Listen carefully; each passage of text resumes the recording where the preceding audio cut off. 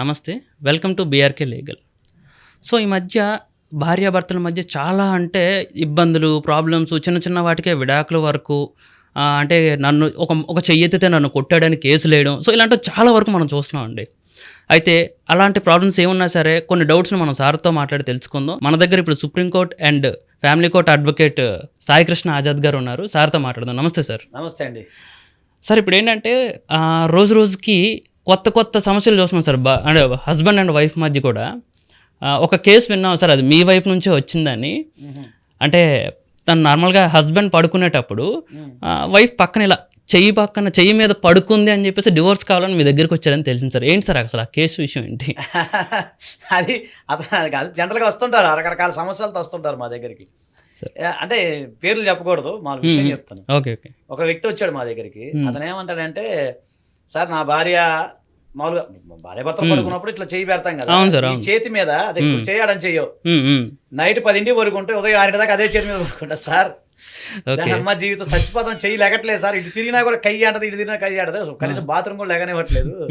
ఈ చెయ్యి అంత పొద్దున్న వచ్చేసరికి ఇప్పుడు నేను కూడా తిరిగి వస్తుంటాను, ఇప్పుడు దీన్ని ఉండదు అన్ని ఉండదు, అది ఓకే, కానీ ఈ చేతి మీద 10 పావు గంట అరగంట గంట అయితే పడుకోవచ్చు, కానీ 12 గంటలు పడుకుంటే ఏముంటుంది సార్, చెయ్యి అనుకుందా ఏమనుకున్నా సార్, నాకు నా వల్ల అవ్వట్లేదు సార్ అంటున్నాడు. అదొక బాధ. ఓకే, చెప్తున్నా, ఎవరు చెప్పుకోరు ఇవన్నీ. అవును సార్. ఇంకొకళ్ళు వచ్చి, సార్ అసలు నా భార్య ముట్టుకోనదు, పెళ్ళి ఇప్పుడు సంవత్సరం అవుతుంది, అందరేమో సమాజం ఏమో బాగా వాళ్ళ మధ్య మంచి అన్యోన్యమైన దాంపత్యం అనుకుంటున్నారు, తీరా సార్ ముట్టుకో సార్, ఆ పైన పడుకుంటా, కింద పడుకుంటా పైన పడుకుంటా సార్, ఏమంటేనేమో మడి అంటది, లేకపోతే ఇంకో గుడి అంటది, లేకపోతే దీక్ష అంటది.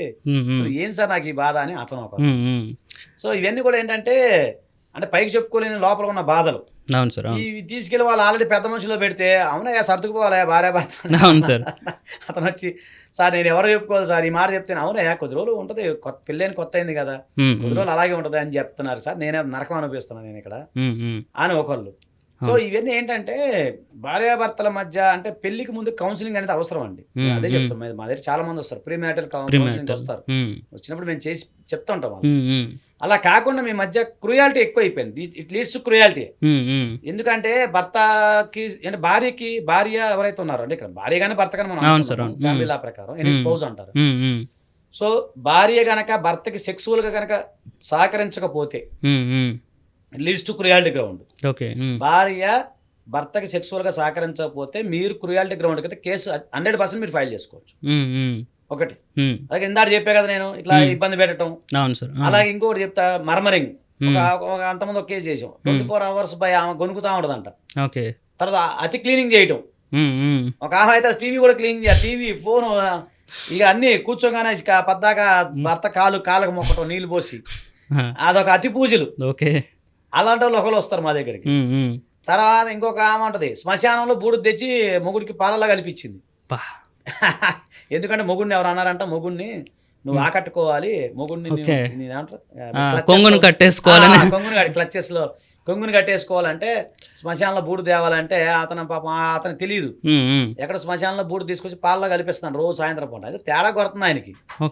సరే ఏందబ్బా నాకేదో తేడా కొడుతుంది, కడుపులో నొప్పి వస్తుంది అని డాక్టర్ దగ్గరికి వెళ్తే ఏం తాగుతున్నావు అంటే, లేదు సార్ పాలు ఇస్తుంది మా ఆవిడ అంటే, పాలు కదా ఏదో చూడు ఎంక్వైరీ చేయాలని అన్నీ అయితే ఆ శ్మశానం బూడిదే, ఈ బూడిద ఆయన నుంచి వచ్చిన శ్మశానంలో పట్టుకొచ్చినాం మేము, కాష్టంలో తీసుకొచ్చిన బూడిదే. సో ఇది మేము అయితే నువ్వు నాకు ఆవాహం అవుతావు అని చెప్పి చెప్తుంది. అంటే నేను ఇక్కడ చాలా మంది ఈ లాయర్ ఎప్పుడు ఆజాద్ ఎప్పుడు మగవాళ్ళకి సపోర్ట్ చేస్తారు, లేదా ఆడవాళ్ళు అట్లా ఉండదు, న్యాయం ప్రకారం సపోర్ట్ చేస్తాను. ఆడవాళ్ళు 3 కేసులు చేశాను నేను. ఇక్కడ సమస్య అది కాదు. అంటే ఈ క్రూయాలిటీ గ్రౌండ్ ఎలా వస్తుంది ఈ రోజుల్లో, సైకలాజికల్గా ఎలా వస్తుంది అనేది చూసుకోవాలి. ఇప్పుడు ఒక అమ్మాయి అయితే పెళ్ళయి ఇప్పుడు జస్ట్ 6 నెలలు అంత అయిందన్న, అయితే అసలు మొగుని కూడా ముట్టుకోనివ్వట్లేదంట. సరే మొగుడు తట్టుకోలేక గట్టిగా వార్నింగ్ ఇచ్చి ఏంటంటే, నిన్న చెప్పు చేతలో పెట్టుకోవాలంటే నేను నీతో కలిసి ఉండకూడదని ఒక ఆయన చెప్పాడు, అదే ఒక చెప్పారు, అందుకే నేను నిగ్రహంగా పాటిస్తున్నాను అని అంటుందంట. అరే నిగ్రహంగా ఆ తల్లిని ఇక్కడ చచ్చిపోతున్నానని అతను అంటాడు. లేదు నువ్వు నన్ను చెప్పినట్టు ఇంటే నీకు అన్ని అయితే అని, అంటే ఒక రకమైన బ్లాక్ మెయిలింగ్ ఈ రకంగా ఉంటుంది. సో ఇవన్నీ కూడా అంటే లీడ్స్ టు క్రూయాలిటీ గ్రౌండ్ కిందనే మనం చెప్పొచ్చు. అలాగే భర్తకు అన్నం పెట్టకపోవటం, సరిగ్గా స్నానం చేయకపోవటం, మురికిగా ఉండటం, అత్తమామని పలకరించకపోవటం, అత్తమామని సరిగ్గా పట్టించుకోకపోవటం ఏంటి. అలా కొంతమంది మహిళలు ఉంటారు, వాళ్ళు ఏంటంటే నువ్వు ఖచ్చితంగా మీ యొక్క ఎవరైతే ఉన్నారో తల్లిదండ్రులు వదిలేసి వేరే కాపురం పెట్టమని చెప్పి ఇన్సిస్ట్ చేస్తుంటారు పెళ్ళైన కొత్తలో నుంచి. అట్లీస్ట్ అది కూడా క్రుయాలిటీ గ్రౌండ్ కింద వస్తుంది. ఓకే.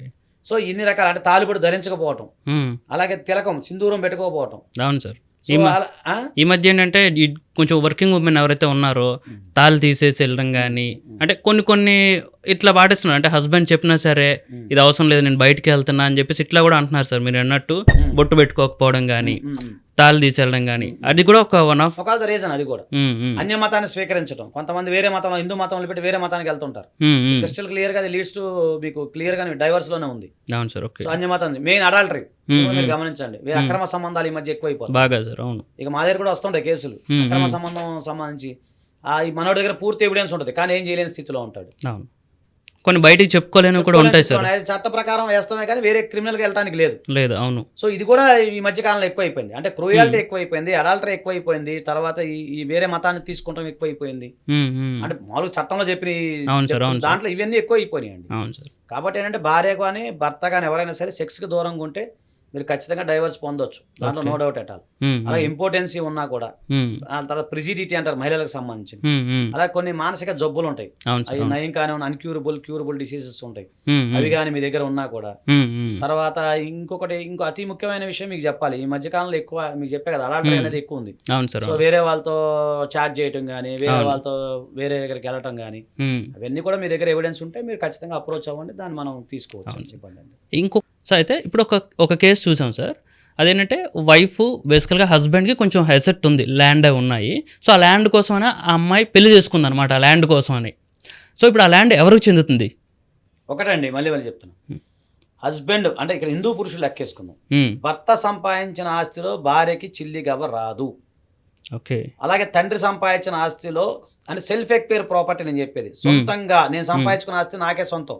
ఓకే. అలాగే నేను కష్టార్జితం సంపాదించిన self acquire property, note this point, self acquire property స్వార్జితపు ఆస్తిలో నా కొడుకులకు కూడా రైట్ ఉండదు.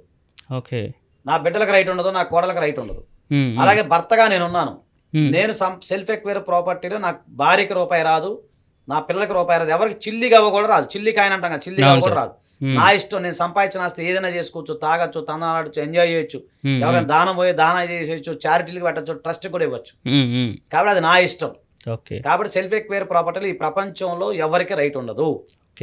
అంతే. బేసికల్గా అంటే ఎవరైతే మీరు సంపాదించింది మీరు లీగల్గా విల్ రాస్తే తప్ప అది ఎవరికి చెందదు. రాస్తే తప్ప, లేదా డైవర్స్ అంటే మనం వీల్నామా రాయకపోతే అప్పుడు వస్తుంది తప్ప. అవును సార్. వీల్నామా రాస్తే సాయికి చెందాలంటే సాయికి వచ్చేస్తుంది. అవును. దారిపై దానికి ఇచ్చుకుంటాను, నువ్వెవరు అడగడానికి.